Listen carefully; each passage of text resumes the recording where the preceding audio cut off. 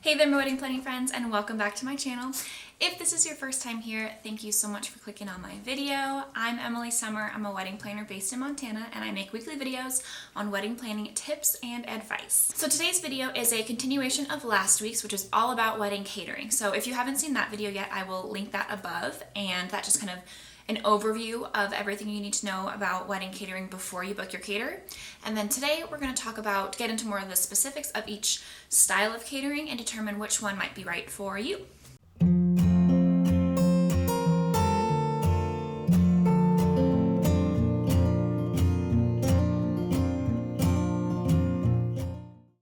Alright, so as mentioned in the previous video, the main types of catering styles are plated, buffet, family style, food stations, and just appetizers and dessert. Alright, so let's start off with a plated dinner. So it's just like it sounds. A plated meal means that you are hiring a catering service to individually portion out and serve plates to your guests. So there's no buffet line. Your guests don't have to get up out of their seat to go and get food. They stay at their tables and servers will bring the plate out to them. There's a lot of pros to this. One of them is it tends to be a timely option. You don't have to worry about lines and figuring out how long it'll take people to get through a buffet line or get through a food station or that sort of thing. It's also nice to not have to worry about having your guests get up out of their seat and go wait in line. They can just sit and chat at their table and food will come to them. Also, in many instances, the timing of it as far as when your first group goes through the line and the last group gets their food can be a large span of time with a buffet. And with plated meal, there isn't that too much time in between the first people that get their food and the last.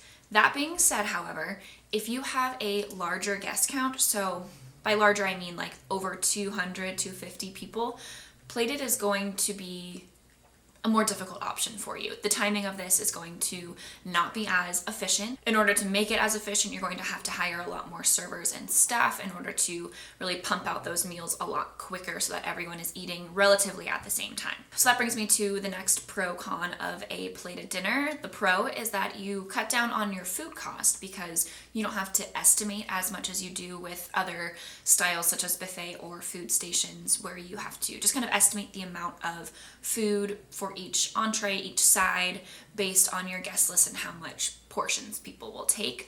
With a plated meal, you know exactly, more or less exactly, how much of each food item you will need because you will have that RSVP'd ahead of time. Everyone has to select their meal so that you should know exactly how much of each meal you're going to need to be purchasing.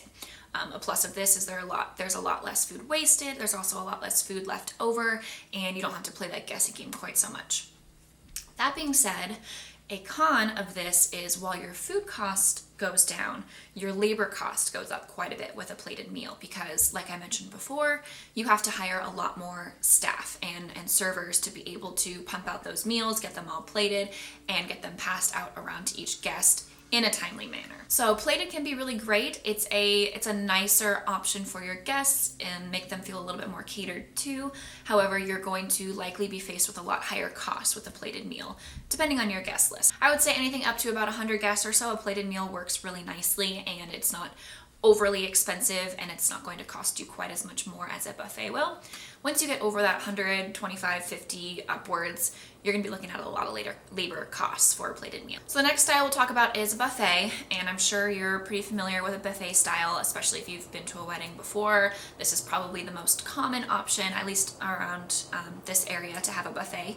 And you're faced with two options when it comes to a buffet. You have a served buffet or a self-serve buffet.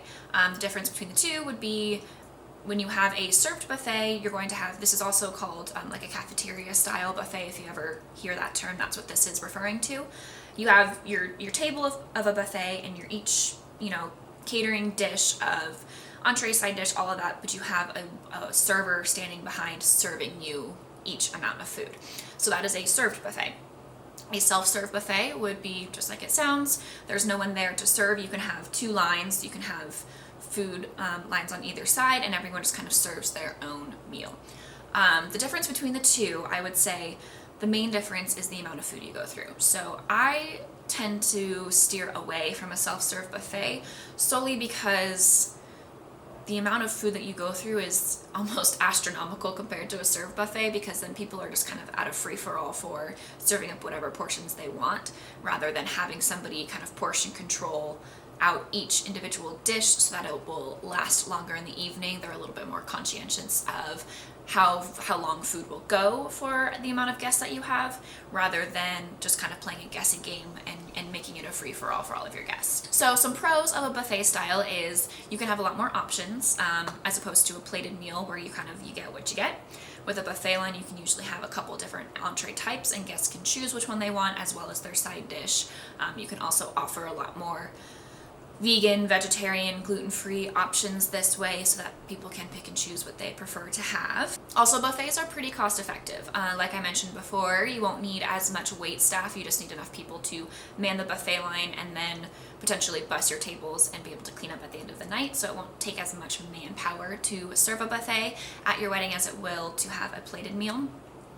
Some cons, however, of a buffet line is you have to deal with lines. So depending on the amount of people that you have, a buffet line can take quite a long time. And you also want to be aware of what kind of a meal you're serving if you're having a large guest count, for how quickly the line will go. So if you're having something like a taco bar or something that requires a lot of different toppings, different stations to choose from, that's going to go a lot slower than something like lasagna or pasta or a chicken and a side dish kind of a buffet line, because you just grab what you are, your portion, and you go to the next thing, grab your salad, and you're done.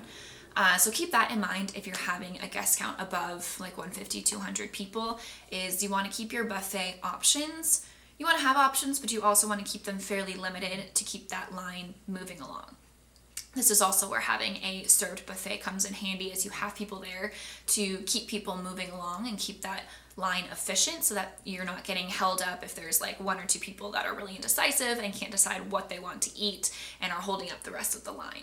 Because your dinner chunk of time typically should not last longer than an hour and a half. Usually at that half an hour, 45-minute mark is when you can start doing toast as people are finishing up their meal. And so after that point, once you reach that hour, your guests are going to be ready to move on to the next thing. So you want to make your dinner as efficient as possible. Another con of a buffet style is you typically have to order a lot more food for this particular style. That is so that you can account for all of your guests and all of the different options that you have for each guest, since you aren't going to know exactly what people are going to want ahead of time like you would with a plated meal. This typically results in a lot of leftover food at the end of the night, which for a lot of people, this isn't viewed as a con, especially if you have a lot of your bridal party staying on site or staying somewhere nearby all together. You can bring the leftovers there, and there's a great late night snack for everybody, something to feed them the next day, so it can be viewed as a pro as well. Okay, the next food style we will talk about is food stations, and this is something that isn't super common at weddings, so you may or may not be familiar with this. What a food station is, or an interactive food station, is you have different areas, tables essentially, set up around your reception space with different types of food. Typically they're more interactive stations, so you'll have either like a carving station, I've seen sushi rolling stations. This can really be whatever you want it to be, and it's a fun way to have a little bit more interactiveness with your guests and something more unique than just your typical plated or buffet style. It also lends you to be able to have a lot of different types of cuisine at your wedding. You're not limited to just one particular style. If you want to have each food station a different cuisine from around the world, you can totally do that, and it works well, rather than having, multiple different types of cuisine on a buffet line. Is kind of weird.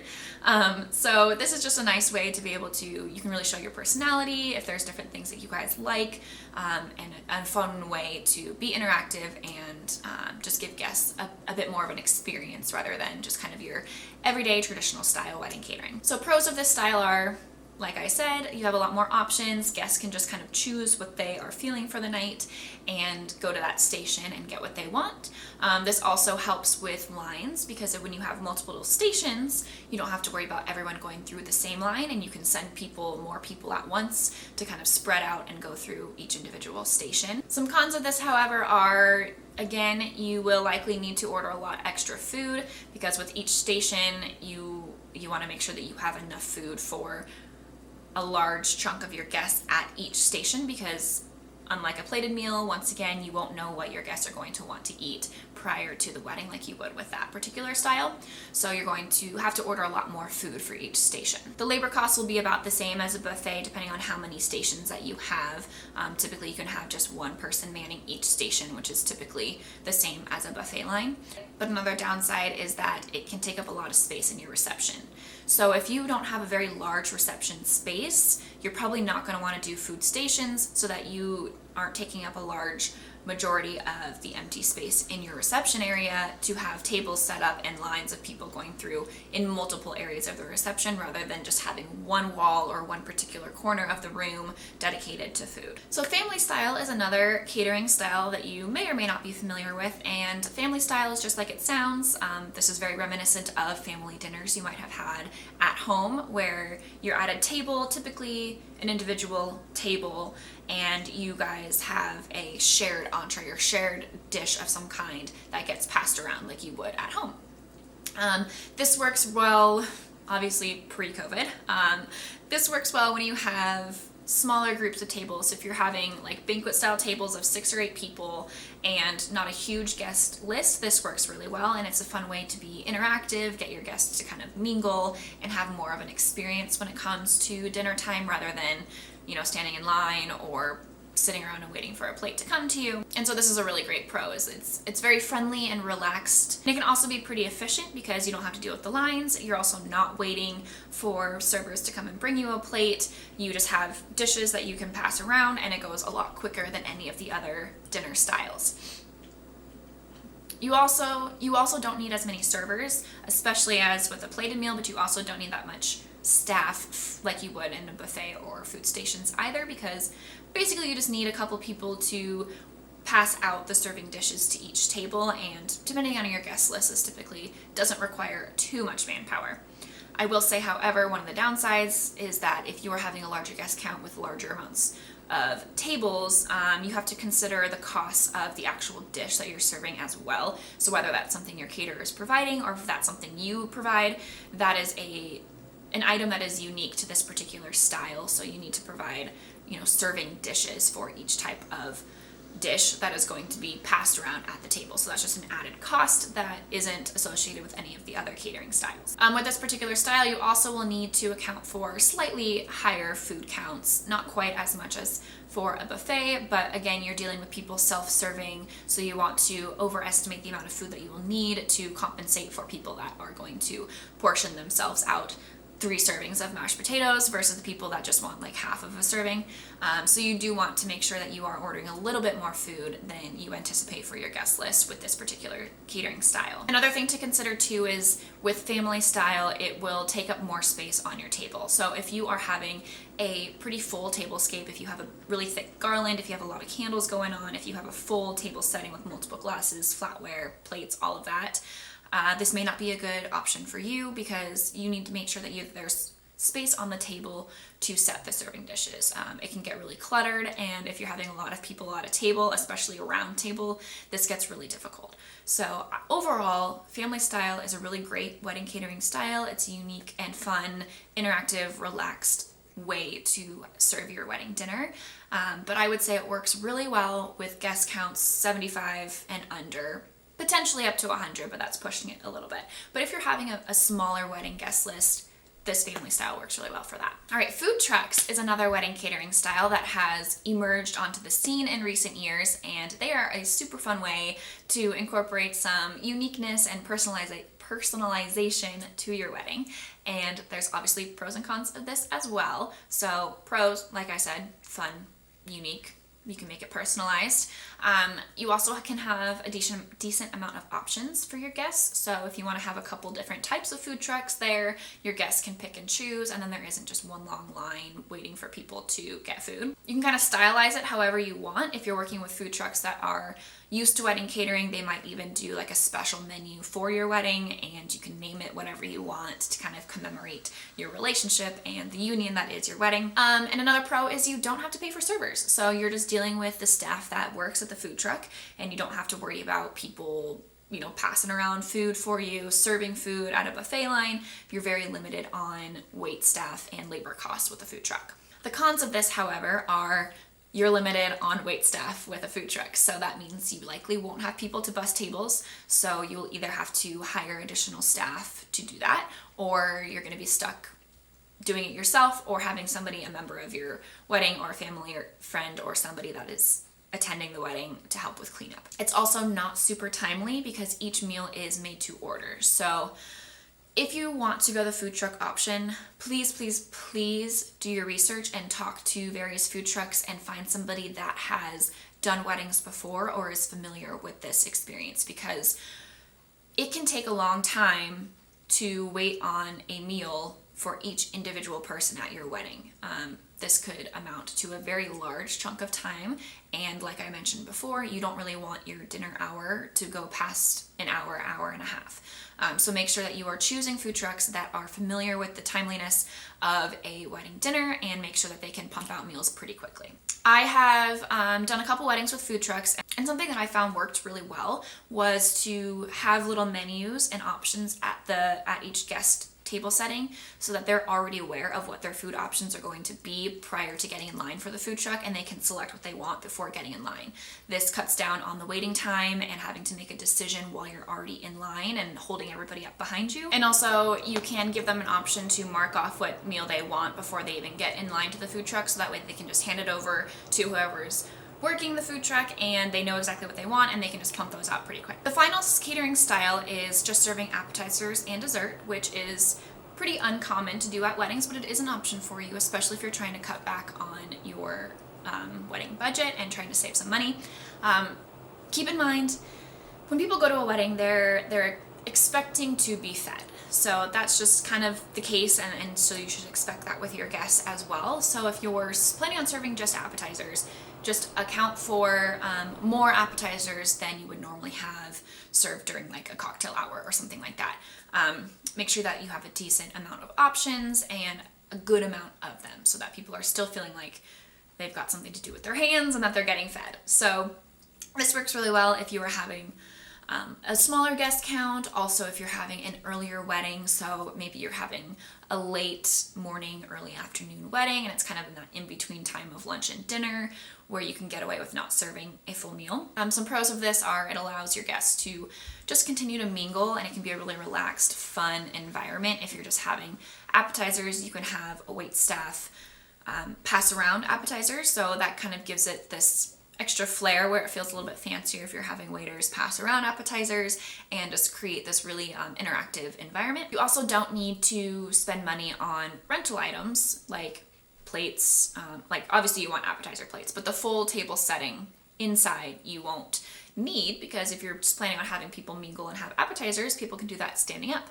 And if you have like bistro cocktail style tables, you don't need full table settings, tables, chairs, linens, flatware, plates, multiple drinking glasses. All of that can be eliminated if you're just serving appetizers. Cons, pretty obvious. There's no full meal. Guests might be a little bit surprised by this or concerned. If you are still planning on having your reception go into the evening, you might be dealing with people drinking more than they're eating, and that can always be an issue later in the evening. And also, like I mentioned before, you're going to want to have a lot of options, so you're going to be spending money, still quite a bit of money, on appetizers, because even though you're serving a smaller amount of food and not full entrees that are typically less expensive than a plated meal would be, you're going to need more of it. So your food costs are still going to be fairly substantial, but still less than the other styles. So those are the basic wedding catering styles, and depending on your wedding and your guest count and your venue and what is right for you, hopefully this video helped you figure out which catering style might be right for you and make that decision just a little bit easier.